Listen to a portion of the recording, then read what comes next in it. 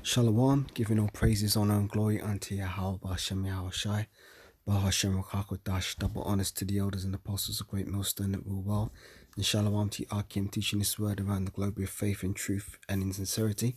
This is the Brother Caleb from the GMS London Forecasters Camp, back at you with another lesson to hopefully edify the Lord's elect. As always, I'd like to start by saying that we are the real Hebrew Israelites.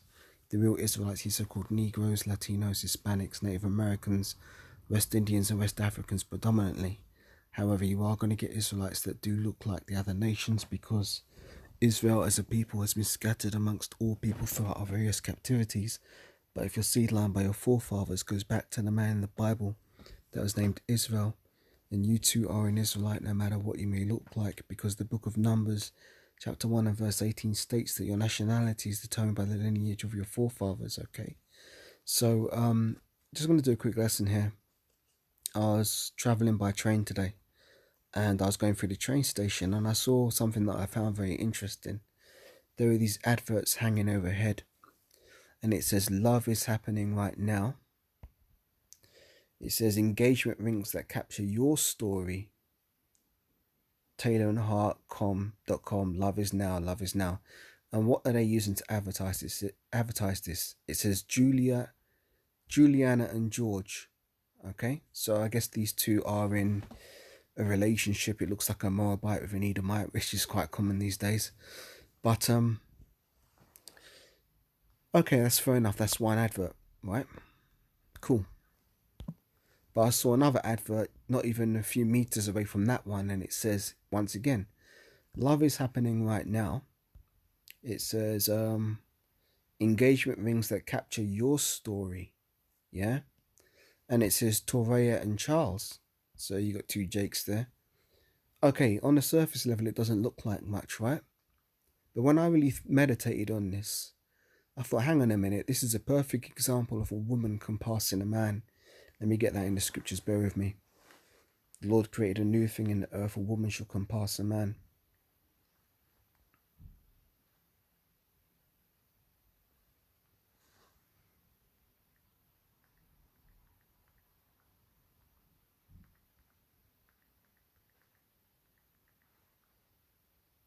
Isaiah 49.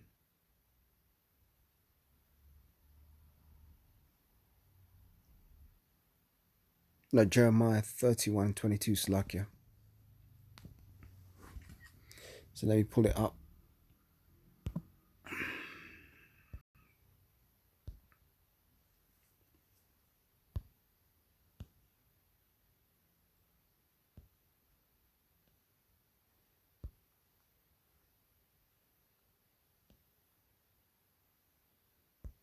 Jeremiah 31:2, it says, how long will thou go about, O thou backsliding daughter? For Yahweh hath created a new thing in the earth, a woman shall compass a man. Now the reason why I'm saying this is because, if I go back to it.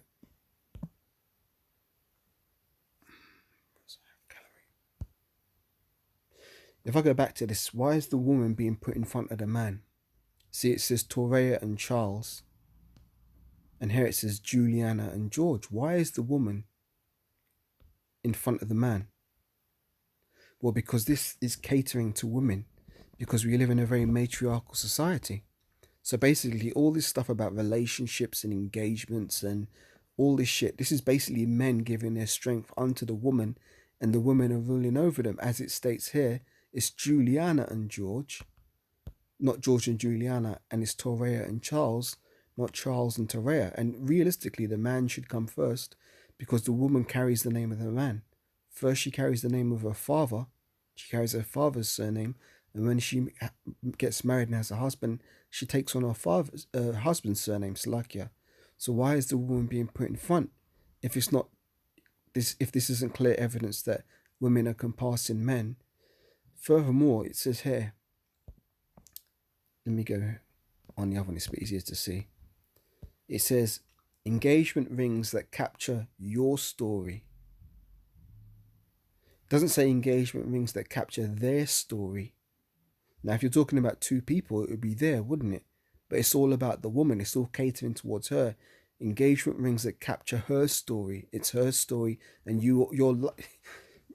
most men would consider their asses lucky if they happen to be part of some waste woman's storyline, when really the woman should be grateful to be part of your storyline if these men were in their right minds. I'm going to get another preset, bear with me.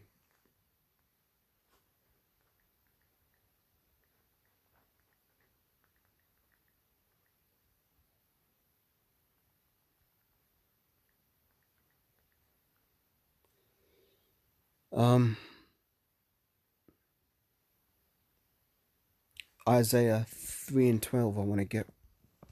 So let's get it on the screen. Isaiah 3 and 12.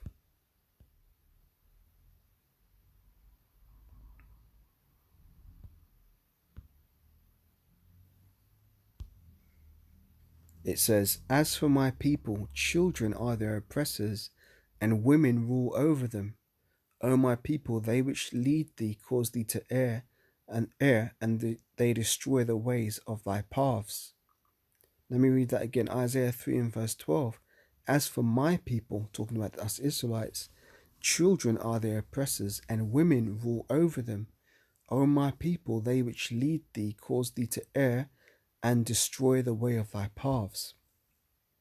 So, if we meditate on these precepts, we can really see what's going on.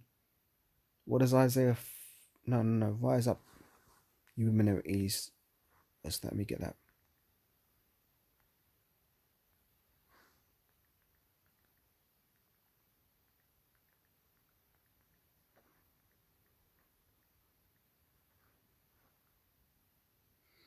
Isaiah 32 and 9 is what I want. So let's go there.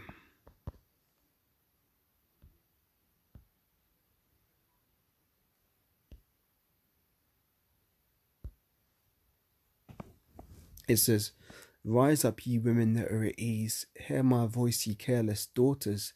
Give ear unto my speech. Many years shall ye be troubled, ye careless women. For the vintage shall fail, and the gathering shall not come. Tremble, ye women that are at ease. Be troubled, ye careless ones. Strip you and make ye bare, and gird sackcloth upon your loins.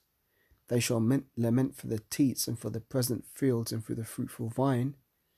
You know, "Upon the land of my people shall come up thorns and briars, yea, upon all the houses of joy in the joyous city. Because the places shall be forsaken, and the multitude of the city shall be left. The forts and towers shall be for dens, forever a joy of wild asses and a pasture of flocks." So basically, let me read this again. "Rise up, you," Isaiah 32 verse 9. "Rise up, ye women that are at ease, and hear my voice, ye careless daughters. Give ear unto my speech. Many days and years shall ye be troubled, ye careless women, for the vintage shall fail, and the gathering shall not come." Now, am I saying it's wrong for women to want to be married and to have a relationship, not relationships? No. If a woman is loyal to her husband, she's doing her duty, because the whole duty of the woman is to serve her husband and for her husband to rule over her. So if she's faithful to one husband, that's a good thing. But then at the same time, you've got to be faithful to the right type of man. If you're an Israelite woman, you should be seeking for a man of the elect. If you're a woman of the other nations, you should still be seeking for a man of the elect, because in the days and times that are to come, the only way you're going to find your way out of the hell that's about to come on the earth is to be with an Israelite man.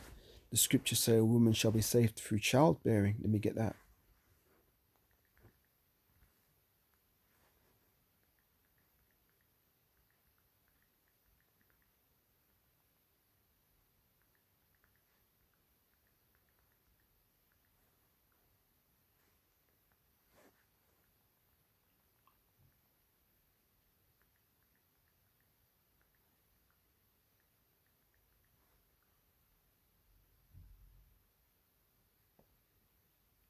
I can't seem to find the precept I'm looking for. Another good one should come to mind. Let me bear with me a second. Woman should be saved by childbearing.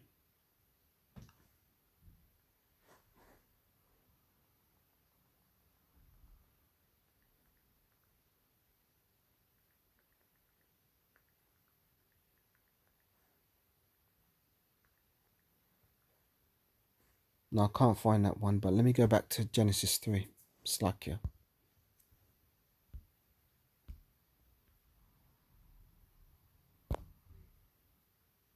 Yeah. Genesis 3 and 13, it says, And Yahweh power said unto the woman, What is this that thou hast done? And the woman said, The serpent beguiled me, and I did eat. So this is back in the Garden of Eden after Eve was tempted to learn of the fruit of good and evil from the tree of knowledge.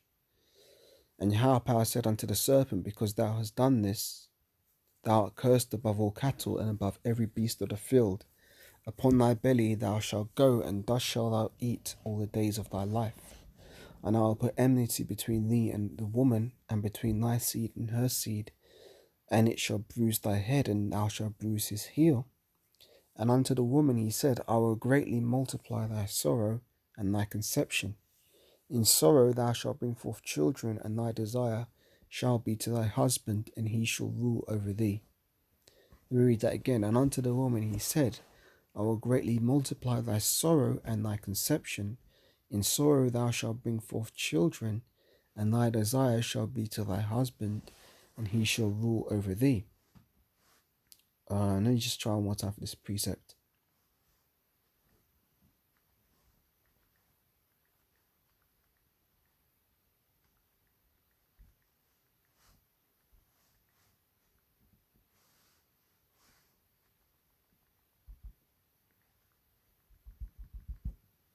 Bear with me, Slakia.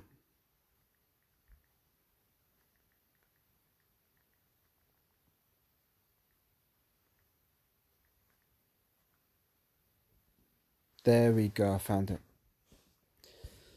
Fuwadi al-Bashim Yashai. I know if I was patient enough, it would come to fruition. So this is a good chapter. Starting from 2 Timothy, the 2nd chapter and 8th verse.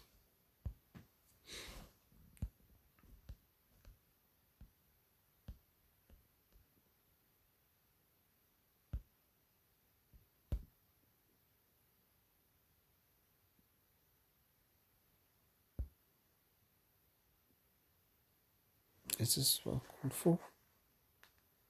Is it 1 Timothy or 2nd? It's 1 Timothy 2, Slakia.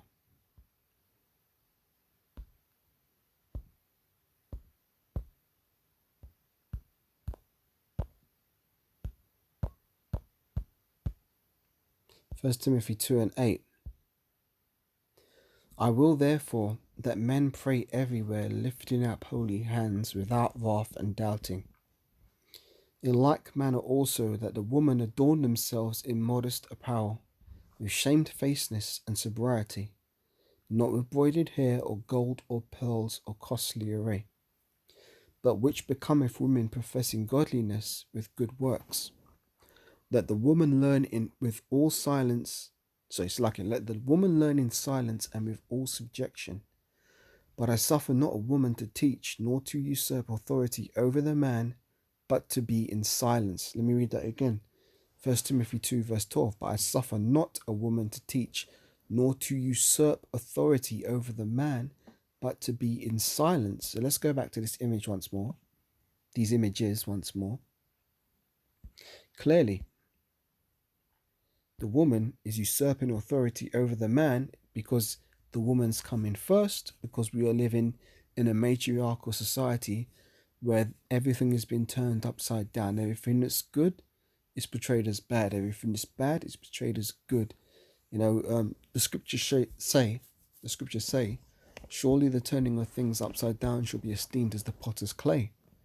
Yahweh's turned everything upside down through putting Esau, the basest of all men, in a position of the highest power on the earth at the moment.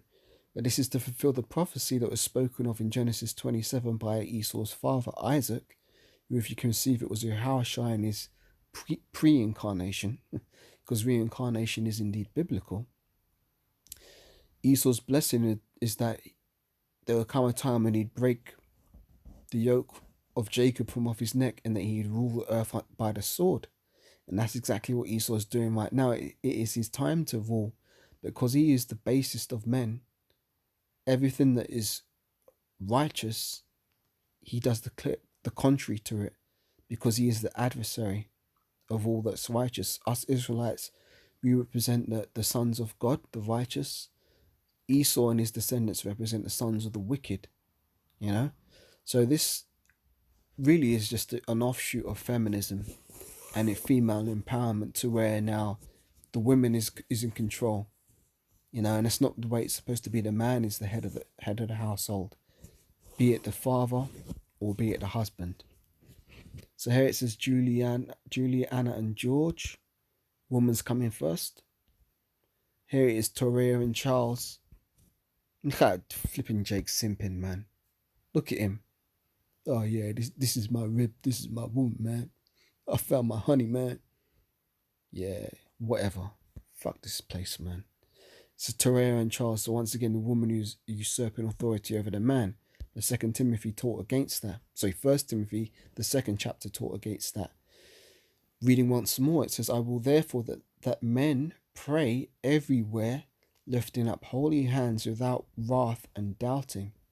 In like manner also that the women adorn themselves in modest apparel, with shamefacedness and with sobriety, not with broidered hair or gold or pearls or costly array, but which becometh women professing godliness with good works. Let the woman learn in silence with all subjection. All, not some, all subjection. But I suffer not a woman to teach, nor to usurp authority over the man, but to be in silence. For Adam was first formed, and then Eve. And Adam was not deceived, but the woman being deceived was in the transgression. Notwithstanding, she shall be saved in childbearing if, it's an important if, they continue in faith and charity and holiness and with sobriety. And if you're an Israelite, because salvation is only for the elect of the nation of Israel. So, just some observations I made on my journeys today. And it's just a sign of the times, man. We live in a very woman-worshipping, matriarchal, simping society. But thankfully, that's all going to come to an end soon. I mean, it has reached its apex. And now it's on its decline because, you know, you've got these men who are waking up to the fact that the game is rigged, you know, that the deck of cards is greatly stacked against them. It's not in favour of the man. So therefore, what do they call it? Men go in MGTOW, men go in their own way. Yeah, you're getting more and more men who are waking up to the bullshit that's been evident for, you know, at least the past 50, 60 years, where these women with their foolish feminism have basically destroyed households, ruined families, and brought upon great shame upon themselves for the most part. Because a woman without a man is just it ain't the kind of life that a woman wants to have. And a woman ain't supposed to be having 10, 20, 30, 40, 50, 60, 70, 80, 90, 100 plus sexual partners. A woman is supposed to be the wife of one husband until that husband passes. Then she's allowed to remarry, technically according to the law, you know. But this society's got it all upside down, where these women are sleeping with multiple men, so therefore they're taking on multiple men's spirits. And what you've got, someone who was already, you know, bugged out becomes even more bugged out, because she's got all these different seeds of these different men all at war with her, all at war in her mind, you know. So these women are completely fucked up and bugged out, man. Let me get onto some scriptures to balance the scales. I'm going to pull out Micah 7 and 10.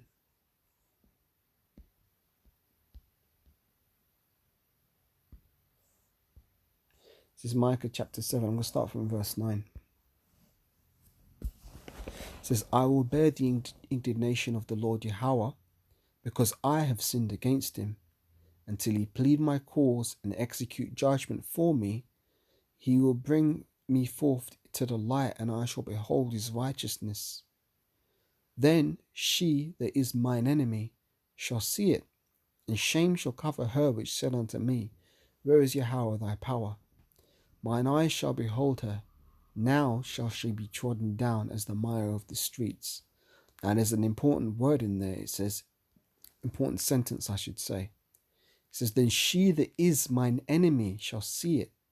So this is pretty much saying that these women aren't really for us men. They really are enemies if we're in this truth for the most part. You know, and it says, then she that is mine enemy shall see it, and shame shall cover her. Meaning when she sees this society go to shit and she realizes, oh my gosh, what you was telling me was true. What them guys on the street in those weird garments was holding those signs was saying is true. When they see how shall I crack the clouds, that's when these women are gonna want to get right, because women, they respond to power. And if they don't perceive that you've got any power, they ain't gonna respond to you. They don't respond to me. You know, and it's funny because before I came into this truth, like years ago, I'd get attention here and there from girls, women. But the more I grew in this faith, it's more and more seeming that I'm becoming like the invisible man to many of these women. And I'm quite grateful for that, actually, because when you're dealing with women, you're dealing with all kinds of wayward spirits, man. And if you ain't strong in yourself, those spirits can wreck your shop, man. You know, there's been men that have fallen out of this truth for the sake of a woman. There's a lot of things that men do which would be crazy if they many of the actions would seem crazy if they were in their right mind, but because they were beguiled by the beauty of a woman, guys really ready to sell their soul, sell everything that was interested. Like, you might have a man who was like, I don't know, you might have a man who has an extensive record collection. Then he hooks up with some woman. She says, "Oh, we need more space. Sell your records." The man sells his vinyl collection, or whatever type of collectible he's into. Man gives it up just for the sake of a woman.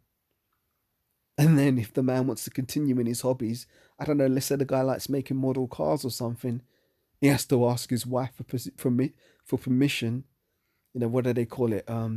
Permission from the flight control tower to pursue his own hobbies and interests. It's fucking sad, man. And I've seen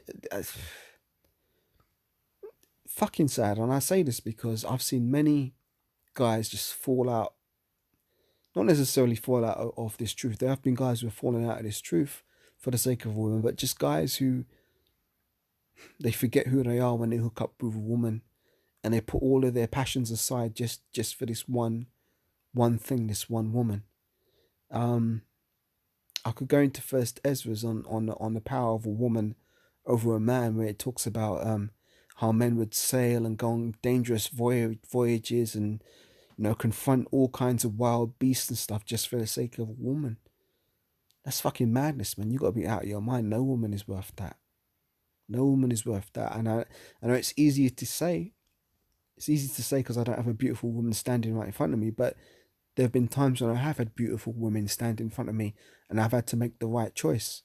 Am I going to maintain my integrity and keep following Yahweh Hashem Yahushai, or am I going to give it all up for the sake of a woman? Thankfully, in the times past when I've been put in those predicaments, I've made the choice to stay faithful to Yahweh Hashem Yahushai. And I'd encourage you to do the same if you're an Israelite and you're hearing this word and you're believing it. Because you got to have patience, man. Impatience possesses your souls, because Yahweh has promised you all the desires of your heart if you follow him. And women are a low thing, man. The Most High controls the minds of people. And do you not think that Yahweh, if it was his will, he could put the spirit on a woman and control her mind and make her come and find you in that time? Well, he's already promised it. Let's go to Isaiah 4 and verse 1. So you've just got to be patient in this thing, man. Now, I'm not saying if you've got a woman, you're wicked or you're going off. I'm just saying, don't sell yourself and a woman, man. Isaiah 4 and 1 states, now this is prophecy. This is destined to happen if we maintain our faith and our integrity and keep doing this work and stay rooted in this truth. And it says, and in that day 7 women, meaning completion, 7 represents completion. And in that day 7 women shall take hold of one man, saying, we will eat our own bread and wear our own apparel. Only let us be called by thy name to take away our reproach. So these women are going to come begging for you to be able to be called by your name. How does a woman take on a man's name? Well, by marrying that man. So these women are going to be begging for us to marry them, meaning to have sex with them. They're going to be begging. So why waste your time going out of your mind chasing women who ain't in their right mind right now? Wait, when the kingdom comes, every Israelite's going to be in their right mind, and it's not even going to be a question whether you're going to have a woman or not. You're going to have more than one woman. You're going to have so many women, you're not going to know what to do with them. You know, it says, and in that day shall the branch of Yahweh be beautiful and glorious, and the fruit of the earth shall be excellent and comely for them that are escaped of Israel. Meaning that we're going to have many fruit, meaning we're going to bear many children. And to have many children, you need many wives, because a woman can only bring forth one child in a 9-month cycle. So how are we going to replenish the nation? By having multiple wives. Multiple wives bringing forth the seed of the elect men, which are going to be the Israelites that didn't make it on this side, coming back in their right minds, in their reincarnation. And they're going to be righteous because they're going to be they're going to have the new bodies, and they'll be able to keep the law 100% perfectly. So why fight for an imperfect woman to have an imperfect relationship in an imperfect world, when there's a world when we should be seeking a world wherein dwelleth righteousness? It's just you gotta be logical, man. You can't be emotional in this thing. You gotta be logical. If you're logical, you'll be faithful and know that these things are promised to them that are of the elect and that are escaped of the nation of Israel. So I think I've said enough. With that, giving all praises, honor, and glory unto Yahweh Ba'Hashem Yahweh Shai, Ba'Hashem Rakakadash, double honors to the elders and apostles of Great Millstone that rule well, and Shalom to Akim that be teaching this word with faith and truth. And until the next one, I say Shalom for now. Wa Abad Babal, Wa Kwam Yasharala. Shalom.